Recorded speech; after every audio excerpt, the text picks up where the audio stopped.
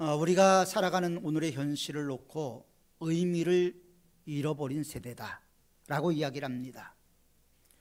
우리는 절대 빈곤에서 벗어났습니다. 그리고 형편이 좋아져서 넉넉하고 풍요로운 삶을 살고 있습니다.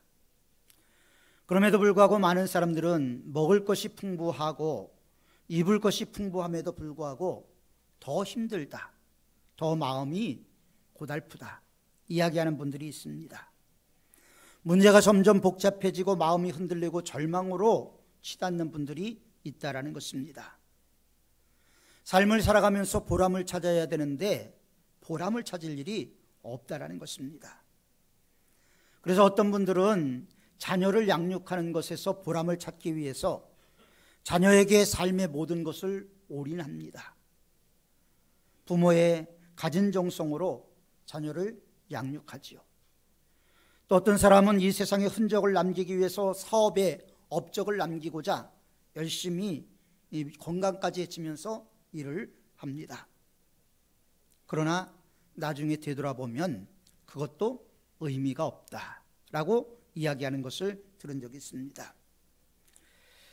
오늘에 와서 많은 기업인들이 쓸데없는 일을 했다라고 낙심하는 경우를 종종 보게 됩니다. 학문을 하는 일, 교육을 하는 일, 이것도 최선을 다해서 해야 될 일이기는 합니다만 교수님 가운데 또 교육자 가운데서 쓸모없는 직업, 할 게 못 된다 이야기하는 분들도 있습니다. 그래서 자살하는 사람들을 보면 실패해서 자살하는 사람들도 있지만 그 반면에 성공한 사람들이 자살하는 경우가 의외로 많다라는 것을 우리는 알 수가 있게 됩니다. 왜냐하면 삶의 목적과 의미를 발견하지 못하고 브레이크 없이 인생을 달려가기 때문입니다. 그러나 엄격한 의미에서 처음부터 삶의 목적이 잘못된 것이죠. 그래서 우리는 신앙 고백을 하지요. 소요리문답이라는 것이 있습니다. 어떻게 우리 아이들에게 신앙을 잘 가르칠 것인가. 그래서 많은 학자들이 모여서 연구해서 127문항으로 만들어 놓은 것이 소요리문답, 또 소교리문답이라고도 합니다. 거기에 보면 첫 번째 질문이 그렇습니다. 인간의 첫째 되는 조건은 무엇인가요? 그리고 답은 거기에 이렇게 달려 있습니다. 인간의 첫째 되는 조건은 하나님을 영화롭게 하고 영원토록 즐거워하는 것입니다. 하나님을 영화롭게 하고 기뻐하는 것이 우리의 목표, 우리의 목적이라고 이야기를 하고 있습니다. 이 말씀을 우리는 깊이 있게 뼛속에 각인을 시켜야 합니다. 어떻게 보면 이 이야기가 추상적인 이야기로 들릴지 모르겠지만 이것은 추상적인 이야기가 아니라 우리 현실과 아주 밀접하게 연관이 되어 있는 내용이기 때문입니다. 작은 일이든 큰 일이든 어떤 일을 하든지 하나님을 영화롭게 하고 영원토록 즐거워하는 일, 그 자체가 진정한 하나님의 자녀의 모습이요 목적을 따라가는 삶이기 때문입니다. 저는 교육자인 까닭에 임종의 자리에 갈 기회를 많이 경험을 했습니다. 그런데 임종의 자리에서 편안하게 주님을 맞이하는 분들도 있었지만 임종의 자리에서 세례를 받았는데 교회의 직분자인데도 불구하고 불안해하고 초조해하는 당사자들의 모습을 본 적이 있습니다. 그 이유가 뭘까요? 하나님을 만나야 되는데 하나님을 만날 준비가 되어 있지 않은 것입니다. 어차피 이 세상의 모든 것을 다 마무리하고 주님을 만나야 되는데 주님을 만날 준비가 되어 있지 않으니까 불안한 거예요. 초조한 거예요. 임종의 자리에 주님 만날 기쁨보다는 염려가 그의 마음을 누르고 있습니다. 주님을 만날 준비가 되어 있지 못할 때 우리의 삶은 불안합니다. 초조합니다. 걱정거리가 가득하게 됩니다. 세상에서 이것도 해보고 저것도 해보고 다 해봤지만 다 부질없는 일이죠. 정작 문제가 되는 것은 지금 이 순간 이 시간에 주님을 어떻게 대할 것인가. 주님을 어떻게 믿을 것인가 하는 것이 우리의 삶에는 상당히 중요한 문제입니다. 저와 친한 친구 중에 하나가 교회에서 상처를 많이 받았습니다. 그리고 저한테 전화를 해서 이제 교회를 안 나가겠다라는 거예요. 안수 집사인데 교회를 안 나가겠답니다. 그래서 내가 왜 안 나가냐니까 하나님이 없다는 거예요. 왜 하나님이 없냐? 너 무슨 말 하는 거냐? 그랬더니 교회에서 목사님을 보고 장로님을 보니까 하나님 없다라는 거예요. 하나님이 없다면 목사님이 저렇게 하고 장로님이 저렇게 할 수 있을까? 그래서 결국 교회를 안 나가기로 작정을 했다는 이야기를 들었습니다. 참 마음이 아팠어요. 이것은 직분자들이 회개해야 될 문제고 하나님의 은혜의 보좌 앞으로 다시 나가지 않으면 해결될 수 없는 문제인 것입니다. 절박한 종말의 순간에 우리는 주님 앞에 어떻게 설까요? 지금 이 순간 주님이 천사장의 나팔 소리와 함께 이 땅에 강림하신다면 과연 주님은 우리에게 뭐라고 이야기를 하실 것인가? 우리는 늘 이것을 종말론적인 관점으로 생각하고 삶을 살아야 하는 것입니다. 과거에 열심히 믿은 것 존경할 만한 일이죠. 훌륭한 일입니다. 그러나 여러분 분명히 아십시오. 과거가 중요하긴 하지만 과거가 현재의 내 신앙을 책임져 주지 못한다는 것입니다. 신앙은 늘 현재 진행형입니다. ing입니다. 내가 지금 이 순간 하나님 앞에 어떻게 세워져 있는가가 중요한 것이죠. 바울이 아끼고 사랑했던 동역자였던 데마는 하나님을 버리고 세상을 사랑해서 마지막에 달마디아로 떠나가게 됩니다. 바울의 마음이 찢어지는 것 같이 아팠을 거예요. 주님을 위해서 헌신하고 충성해왔던 데마가 하나님보다 이 세상이 더 좋았던 거예요. 그는 결국 하나님의 생명책에서 그 이름이 지워지는 비극을 맞이하게 됐습니다. 그래서 우리는 늘 이 순간에 주님을 만나야 되고 이 순간에 주님을 만나고 나서 마지막에 주님을 온전히 만나는 그날까지 우리의 신앙이 흔들림이 없어야 된다는 것을 우리는 반드시 뼛속까지 각인을 해야 할 것입니다.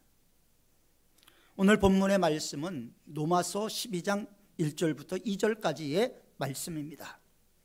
로마서의 말씀은 상당히 중요한 말씀이죠. 그래서 성경을 반지로 비유한다면 그 반지 속의 보석이 바로 로마서다, 이렇게 이야기를 합니다. 로마서는 루터로 하여금 종교개혁을 일으키게 했고 어거스틴으로 하여금 죄에서 돌이켜서 하나님을 믿게 했습니다. 요한 웨슬리의 가슴을 뜨겁게 만들어서 감리교를 세우게 만들기도 했습니다. 이 로마서는 구조가 이렇습니다. 1장부터 11장까지는 우리의 현 상황과 우리가 믿음으로 구원을 받았다, 이걸 강조해요. 그러니까 우리는 이신득이 우리는 의롭지 않지만 예수 그리스도의 피로 말미암아 예수 그리스도의 십자가의 고난으로 말미암아 우리가 의롭다고 칭함을 받았다라는 거죠. 이것이 로마서 1장부터 11장까지의 말씀입니다. 그러면 믿음으로 구원받은 사람들은 어떻게 살아야 될 것인가? 믿었다면, 그 믿음으로 우리가 구원을 받았다면 믿음 이후에, 구원 이후에 우리의 삶은 어떻게 살아야 될 것인가를 우리에게 알려주는 부분이 로마서 12장부터 16장까지의 말씀입니다. 그래서 로마서는 긴 책이 아니고 16장으로 이루어진 책입니다. 그 넉 장에 걸쳐서 우리가 어떻게 살아야 될 것인가? 그래서 성경은 로마서 12장 1절을 시작하면서 그러므로 라는 단어를 씁니다. 우리는 구원을 받았습니다. 예수님의 은혜로 하나님의 자녀가 되었습니다. 그러므로 우리는 어떻게 해야 될 것인가? 이게 12장의 말씀입니다. 그리고 12장의 첫 번째 부분에서 그러므로 우리는 어떻게 해야 될 것인가? 이 세대를 본받지 말고 하나님께 예배하는 자로 세워져야 된다는 것이 오늘 본문의 말씀입니다. 예수 믿는 사람이 어떻게 되어야 될 것인가? 한마디로 예배하는 삶을 살아야 된다는 거예요. 우리는 예배라는 개념을 주일날 여기 와서 이렇게 모여서 찬양하고 기도하고 설교 듣고 이거를 예배라고 생각하는 부분이 많아요. 그러나 우리의 삶 전체가 하나님 앞에 예배자로 드려지는 삶이 되어야 되는 거예요. 지금 이 순간, 아니 주님 오시는 그날까지 내 삶 자체가 하나님께 예배자로 세워지는 삶을 살아야 되는 거예요. 나의 직장이 예배의 자리입니다. 나의 가정이 예배의 자리입니다. 이것이 예배자의 삶이죠. 그래서 어떤 분들은 모든 스케줄을 주일에 마치는 분이 있어요. 주일은 주님을 만나는 주님의 날입니다. 그래서 요한계시록에도 사도 요한이 주의 날 예배를 드리다가 요한계시록의 환상을 보게 되는 것이죠. 주의 날입니다. 주님의 날이. 주일은 내 날이 아니고 누구의 날이라고요? 주님의 날이라는 거예요. 주님의 날. 그러므로 주일을 중심으로 계획을 세우는 분을 본 적이 있어요. 그래서 멀리 갔다가도 부득이하게 예배의 자리에 나오는 분을 봤습니다. 제가 오래전에 청년부를 지도할 때 우리 청년부 부장이었던 그 집사님이 지금 장로님이시지만 주일이면 대전에서 꼭 올라와서 주일 하루 종일을 성수했어요. 청년부가 마지막까지 예배를 드렸는데 청년부의 모든 예배에 참석을 하시고 또 청년들과 함께하는 그런 모습을 볼 수가 있었습니다. 주일 중심의 삶이었던 것이죠. 그런데 그 반면에 다른 삶도 있어요. 하나님이 내 삶의 중심에 계신 것이 아니라 변두리에 있어요. 그러다 보니까 주일날 누가 골프 치러 가자라면 골프 치러 갑니다.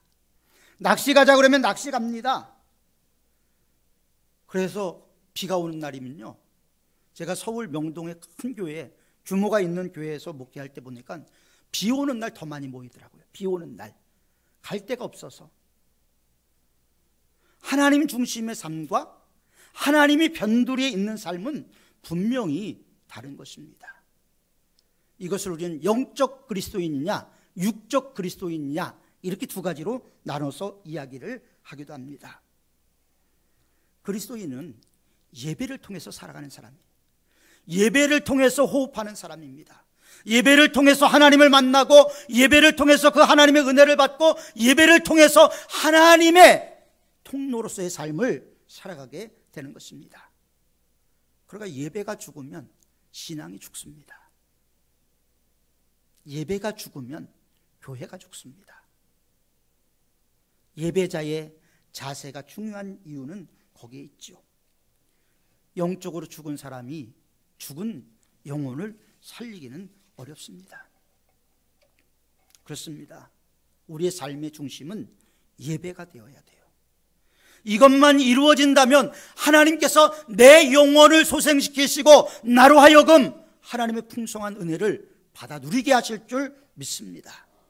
이것만 된다면 우리의 신앙은 성숙되고 우리 앞에 닥친 산더미 같은 문제들도 해결될 줄 믿습니다.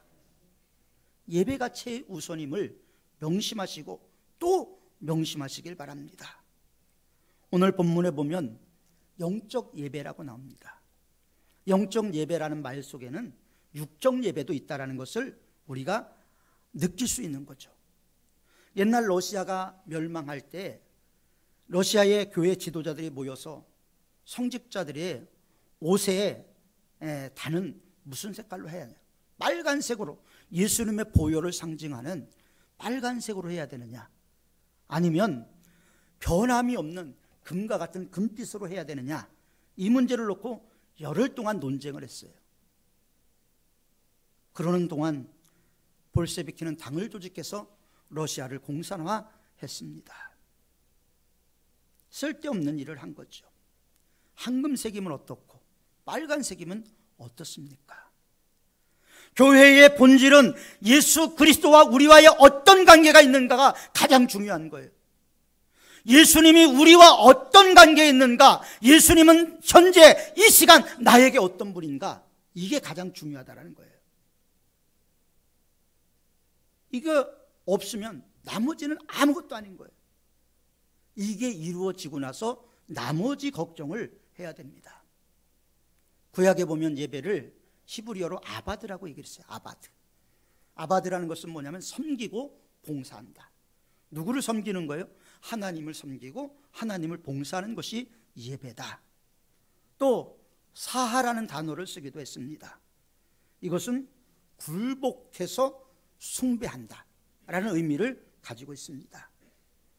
신학적으로는 포네스푸네라는 말을 썼는데, 이것은 엎드려 발에 입을 맞춘다 라는 의미를 가지고 있습니다. 그렇다면 예배의 의미는 분명하지요. 입 맞추고 절한다는 말인데, 입 맞추고 절하며 경배하는 것이 예배라는 거예요. 이 말을 종합해 보면 예배가 무엇인지 우리는 알 수가 있죠. 우리는 하나님 앞에 무릎을 꿇고 그 발에 입을 맞추면서 경배하는 것, 그리고 찬양하는 것, 이것이 진정한 예배라는 것입니다. 형식이 잘 짜져 있는, 그래서 물 흘러가듯이 하는 것이 아니라 하나님의 임재가 있고 하나님의 능력이 임하고 하나님의 영광이 임하는 예배, 이게 우리 안에 회복이 되어야 되는 거예요. 우리가 왜 목이 마릅니까? 왜 우리가 갈급합니까? 왜 살아도 열심히 사는데 만족감이 없습니까? 하늘로부터 오는 신령한 은혜가 우리 안에 임하지 않기 때문입니다. 하나님의 말씀을 겸손한 마음으로 귀담아 듣고 하나님이 주신 은혜를 하나하나 되새기고 곱씹어가면서 그 은혜에 감사해야 되는데 그렇지 못하는 거예요. 그러다 보니까 헌신도 없습니다. 구약에서 예배는 제사였습니다. 제사에는 반드시 두 가지가 있어야 돼요. 제사장이 있어야 됩니다. 제사장이 없이는 절대 제사가 이루어지지 않았습니다. 그리고 두 번째가 제물이 있어야 했습니다. 그렇기 때문에 구약의 제사라는 것은 동물을 갖고 희생제사를 드리는 거였죠. 신약에서는 구속하신 은혜에 대한 찬양의 축제가 예배입니다. 그러므로 예배는 찬양이 있는 것이죠. 하나님을 섬긴다면 어떻게 섬겨야 되겠습니까? 우리가 믿는 하나님이 우리의 입술로만의 고백으로 살아계신 하나님이다, 전능하신 하나님이다, 무소불능하신 하나님이다, 이게 뭔 의미가 있겠어요? 우리 마음으로 그분을 믿고 의지하고 경배하고 내 모든 것을 드려야 되겠다는 결단이 없이 드려지는 예배는 아무 의미가 없는 것입니다. 공허한 메아리로 끝나고 마는 것이죠. 그래서 오늘 본문 첫째에 그러므로 라고 시작이 됩니다. 이 말은 믿음으로 말미암아 구원을 얻는다. 그러므로 구원받은 우리는 하나님 앞에 예배드려야 된다는 것을 이야기하고 있는 것입니다. 마음을 새롭게 하는 일로 연결되는 삶을 살아야 하는 것입니다. 시간이 아니라 질적으로 나의 삶을 주님께 드려질 때 우리는 새롭다라는 의미를 가지고 살아갈 수가 있는 것입니다. 그래서 우리는 진정으로 주님 사랑합니다, 예수님 사랑합니다, 성령님 사랑합니다, 우리 입술의 고백이 아니라 우리의 영혼을 찔린 고백을 드릴 때 하나님께서 우리의 찬양과 우리의 예배를 받으시는 줄 믿습니다. 이 시간 우리 하나님 앞에 아버지 사랑합니다 한번 찬양하겠습니다.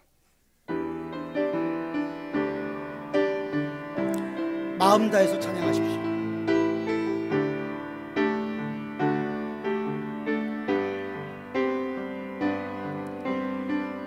오직 사랑합니다 아버지, 경배합니다 아버지, 주소서 당신의 사랑으로.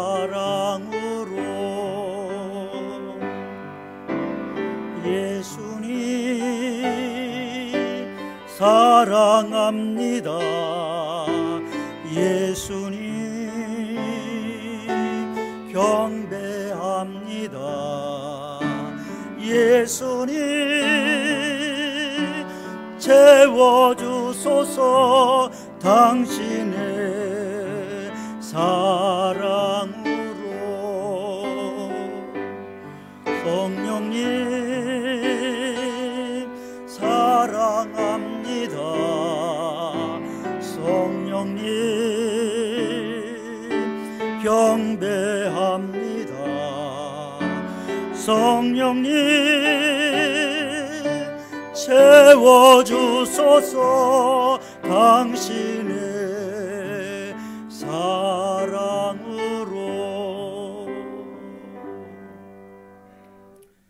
그렇습니다. 예배는 그냥 아버지를 사랑하는 거예요. 예수님을 사랑하는 거예요. 성령님을 사랑하는 것입니다. 그리고 그분을 경배하는 것입니다. 그럴 때 그분께서 채워주시는 은혜가 우리 안에 있는 거예요. 주님께서 채워주시는 은혜의 물줄기가 막혔던 영적인 간이 뚫려지게 되는 것입니다. 그럴 때 아버지의 사랑이 우리 안에 임하게 되고 우리가 신령과 진정으로 예배하는 삶을 살아갈 수가 있게 되는 것이죠. 그래서 예배는 내 뜻을 관철하고 내 생각을 이루어가는 것이 아니고 하나님의 뜻에 고정시키는 거예요. 가끔 어떤 분들이 그런 얘기를 해요. 세상 살아가는 것도 힘들어 죽겠는데 교회 오면 똑바로 믿으라, 이런 설교만 듣는다. 위로도 받고 싶고 그런 말씀을 들을 때마다 목사로서 내 마음이 찢어지는 것 같아요. 왜냐하면 거기엔 하나님이 없는 것 같아요. 하나님 중심으로 하나님을 바라보고 하나님이 원하는 예배를 드려야 되는데 내가 듣고 싶은 말씀, 위로받고 싶은 말씀 물론 필요하죠. 하나님이 원하는 것은 무엇일까? 하나님의 뜻은 무엇일까? 이게 더 중요하지 않겠습니까? 아브라함 링컨이 남북전쟁을 할 때 전쟁이 오래되고 사상자들이 많이 생기니까 너무 심적으로 괴로워서 집무실에서 무릎을 꿇고 하나님께 기도하는 시간이 많았답니다. 하나님께 기도하는데 장관들이 대통령을 볼 일이 있어서 왔다가 기도하는 모습을 보고 그들도 문 밖에서 하나님께 기도를 했습니다. 그리고 나서 대통령에게 장관들이 그렇게 얘기를 했대요. 각하, 우리도 각하가 기도하는 모습을 보고 기도했습니다. 하나님이 우리 편이 되어달라고 기도했습니다. 그러자 링컨이 깜짝 놀라면서 그렇게 얘기를 했대요. 하나님이 우리 편이라니. 나는 지금 내가 하나님 편에 서 있지 않은 것이 불안해서 내가 하나님 편에 서게 해달라고 기도를 드렸다고 그렇게 이야기를 했답니다. 내 뜻을 이루기 위한 기도냐, 하나님의 뜻을 이루기 위한 기도냐, 이게 중요한 것이죠. 주님이 우리에게 주신 은혜를 하나하나 되새겨보면 너무나 많습니다. 그 은혜 감당할 수 없습니다. 그래서 예배자의 마음은 하나님의 뜻에 고정이 되어 있는 거예요. 하나님의 말씀에 고정이 되어 있는 것입니다. 그리고 그 뜻을 따를 수 있어야 하는 것이죠. 이것이 예배자의 마음입니다. 예배라는 것은 내 뜻을 포기하는 거예요. 내 의지를 포기하는 것입니다.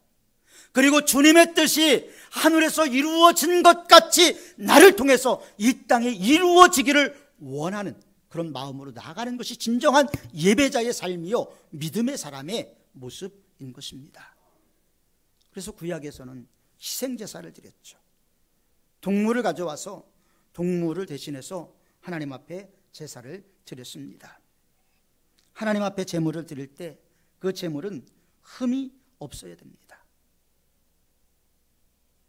하나님 앞에 예배 드릴 때 동물을 가져온 이유는 내가 죽어야 되는데, 내 죄로 내가 죽어야 되는데 죽을 수밖에 없는 존재인데, 이게 하나님이 내가 죽을 수 없으니까 이 동물을 대신 죽여서 내가 죽은 것으로 인정해 주셨구나. 그래서 제사를 드리는 거예요. 창세기 4장 마지막에 가면 에노스 때에 이르러 여호와의 이름을 불렀다라는 말이 나와요. 왜? 그전에는 여호와의 이름을 부르지 않았을까요? 에노스 때에 이르러서 여호와의 이름을 부르는 이유는 에노스의 이름의 뜻이 연약하여 죽을 수밖에 없는 존재라는 거예요. 내가 죽을 수밖에 없는 존재구나, 내가 연약해서 아무것도 아니구나를 깨닫고 나서 예배의 자리로 나가기 시작했다라는 거예요. 성서학자들은 그렇게 이야기를 합니다. 제사라는 것은 자기 희생이죠. 자기 희생을 통해서 구원에 이르는, 그래서 마지막에 예수님이 그 동물을 대신해서 자기 몸을 산제사로 드려서 우리를 구원해 주신 것 아닙니까? 내가 맞아야 될 채찍을 대신 맞아주셨죠. 내가 찔려야 될 창을 예수님이 대신 찔려주셨습니다. 내가 달려야 될 십자가에 예수님이 나를 위해서 대신 죽어주신 거예요. 그래서 예수님의 제사를 우리는 대속의 죽음이라고 이야기를 합니다. 제사를 드릴 때 첫 번째 제물이 온전해야 돼요. 제물이라는 것은 예배자를 포함하고 있는 거예요. 온전이란 말이 여러분 잘 기억해 주셨으면 좋겠습니다. 흠이 있어서는 안 되는 거예요. 부분적으로 드려서도 안 되는 겁니다. 전체를 드려야 됩니다. 우리의 생애의 일부분을 드리는 것이 아니라 우리의 삶의 전체를 드리는 것이 예배인 것입니다. 가장 건강한 제물, 가장 최상의 것을 드려야 돼요. 영국의 어느 집회에서 헌금 시간이 되었습니다. 헌금 바구니가 도는데 한 소년이 하나님께 드릴 것이 없었어요. 그러자 이 소년이 헌금 바구니에 올라가서 앉았답니다. 그리고 주님, 나는 주님께 드릴 헌금이 없어서 내 몸을 드립니다. 이 사람이 바로 그렇게 유명한 리빙스턴이라는 사람이에요. 빅토리아 호프를 발견한 분이죠. 탐험가로도 유명한 분입니다. 그는 그의 마지막 생애까지 그리스도의 신실한 주인으로, 종으로 살다가 기도하는 모습으로 생애를 마감했다고 알려지고 있습니다. 둘째 제물은 물량적인 것보다는 하나님은 우리의 질을 원하시는 거예요. 부유한 사람은 소를 드렸습니다. 좀 어려운 사람들은 양을 드렸고 염소를 드렸습니다. 그보다 어려운 사람들은 비둘기를 드렸죠. 그것보다 어려운 사람들에게는 하나님께서 소재로 밀가루, 가루를 드리게 하셨습니다. 수준에 맞게 예물을 드리게 하신 거죠. 그러나 문제는 뭐냐면 정성이라는 거예요. 정성. 우리가 하나님 앞에 나올 때는 우리의 예복부터, 의복부터, 마음가짐, 신경을 써야 됩니다. 우리가 어렵고 힘들 때 우리 옛날에 믿음의 선조들은 하나님께 드릴 헌금은 지저분하면 다리미로 다렸어요. 주일날 교회에 입고 갈 옷은 따로 아주 정결하게 단장을 해놨습니다. 산 제물이 되기 위해서 그들은 그런 삶을 살았지요. 죽은 것을 제물로 드리는 법은 없습니다. 살아있는 것을 드리는 거죠. 살아있는 것이 죽어야지 제물이 될 수 있는 것처럼 우리의 영혼이 주님 앞에서 살기 위해서는 우리 육신이 죽고 영이 살아야 되는 거예요. 병든 것 드려서도 안 됩니다. 건강하게 살아있는 것을 하나님께 드려야 했습니다. 왜냐하면 내 죄를 대신해서 바쳐진 거예요. 이것이 제사의 기본적인 원칙이었습니다.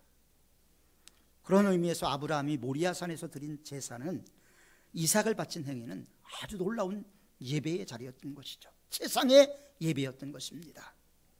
자기의 생명보다 소중한 자녀, 그것도 100세에 얻은 아들을 번제로 드리라고 명령했을 때 아브라함은 순종을 했습니다. 쉽지 않은 일이죠. 아니, 쉽지 않은 일이 아니라 엄두조차도 낼 수 없는 일이었죠. 아브라함이 하나님에게 바친 제물처럼 고상한 제물은 없을 것입니다. 아름다운 희생이 또한 예배가 됩니다. 살아있는 재물을 죽여서 바칩니다. 죽은 재물로 바쳐진, 나는 이미 죽었다라고 믿고 살아가는 거죠. 나는 죽고 예수로 사는 사람이 되는 거예요. 여러분, 진정한 그리스도인이 되기를 원하신다면 나는 죽고 예수로 사는 사람이 되시기를 바랍니다. 내가 그리스도와 함께 십자가에 못 박혔나니 그런즉 이제는 내가 사는 것이 아니요 내 안에 그리스도께서 사시는 것이라. 이런 삶을 사시기를 바랍니다. 살아있고 죽였고 그리고 드려진 그런 인생을 살아가는 저와 여러분들이 되었으면 좋겠습니다.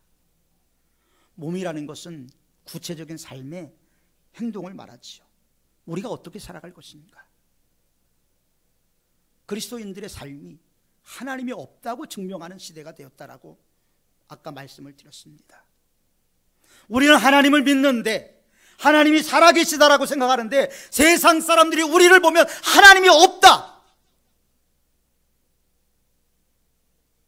그럼에도 불구하고 우리는 회개하지 않습니다. 애통하지 않습니다. 그리스도인의 삶은 진정한 예배자가 회복될 때 하나님의 영광도 회복이 됩니다.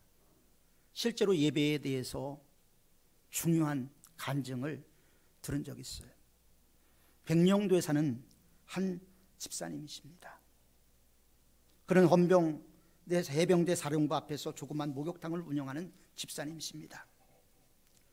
그분은 원래 백령도 부대에서 대위로 복무하고 있던 사람인데 제대하고 그 자리에서 평생 살고 있다는 거예요. 그분이 왜 거기서 사느냐? 군인교회가 있는데 군인교회가 제대로 운영이 되지 않더라는 거예요. 군인교회를 위해서 내가 만년 집사가 되어도 봉사해야 되겠다 마음을 먹었대요. 이분은 대위 출신입니다. 어떻게 그러한 삶을 살 수 있느냐? 누가 물었을 때 이분이 그렇게 대답했다고 합니다. 저는 월남전에서 이미 총 맞고 죽은 사람입니다. 시체를 치우는데 뭔가 꿈틀거리는 게 있어서 병원으로 후송이 돼갖고 여러 차례 수술을 받고 되찾게 된 게 자기의 생명이라는 거예요. 자기는 이미 월남전에서 죽었다라는 거예요. 나는 이미 죽었다고 생각한다는, 옛날에 내가 아니라는 거예요. 옛날에 목적도 있었고 욕망도 있었지만 그것을 그리스도와의 십자가의 못을 박았다라고 그분은 간증을 했습니다. 사랑하는 성도 여러분, 우리가 살아가는 현실은 녹록하지 않습니다. 참 어렵습니다. 하루 벌어 하루 먹기도 힘든 세상이 점점 우리 앞에 다가오고 있습니다. 사업장을 열어놓고도 손님이 없어서 애타하는 분도 있고, 사업의 문을 닫아야 될지 말아야 될지 고민하는 분들도 있습니다. 그러나 이럴 때가 우리의 믿음이 드러나타나는 시간이 아닐까요? 우리가 예배자로 삶을 살아야 할 시간이 아닐까요? 아직도 복잡한 문제가 있습니까? 풀리지 않는 수수께끼가 있습니까? 해결할 수 없는 번민과 고민으로 뜬 눈으로 밤을 새우고 계십니까? 저는 그 원인이 하나님께 나를 드리지 않았기 때문에, 내가 하나님께 바쳐지지 않았기 때문이라고 생각합니다. 그렇게 믿습니다. 온전한 전체를 드리지 못했기 때문입니다. 몸으로 하나님께 드리는 제물이 되십시오. 내 삶, 내 몸, 내 모든 것이 주님의 것이라고 고백하십시오. 그리고 그렇게 살아가십시오. 그러면 영적인 예배가 회복이 될 것입니다. 예배가 회복되면 내 마음이 회복이 됩니다. 내 마음이 회복이 되면 교회가 회복이 됩니다. 교회가 회복이 되면 병든 이 세상이 회복이 되게 될 것입니다. 교회의 역사는 우리에게 그런 경험이 여러 번 있었다는 것을 보여주고 있습니다. 영적인 예배자, 아버지만 사랑합니다. 예수님만 사랑합니다. 성령님만 사랑합니다. 그 은혜, 그 사랑으로 나를 채워주소서. 그래서 그 기쁨으로 힘든 이 세상을 넉넉히 승리하는 영적 예배자가 다 되시기를 주님의 이름으로 축원합니다. 기도하겠습니다. 사랑과 은혜가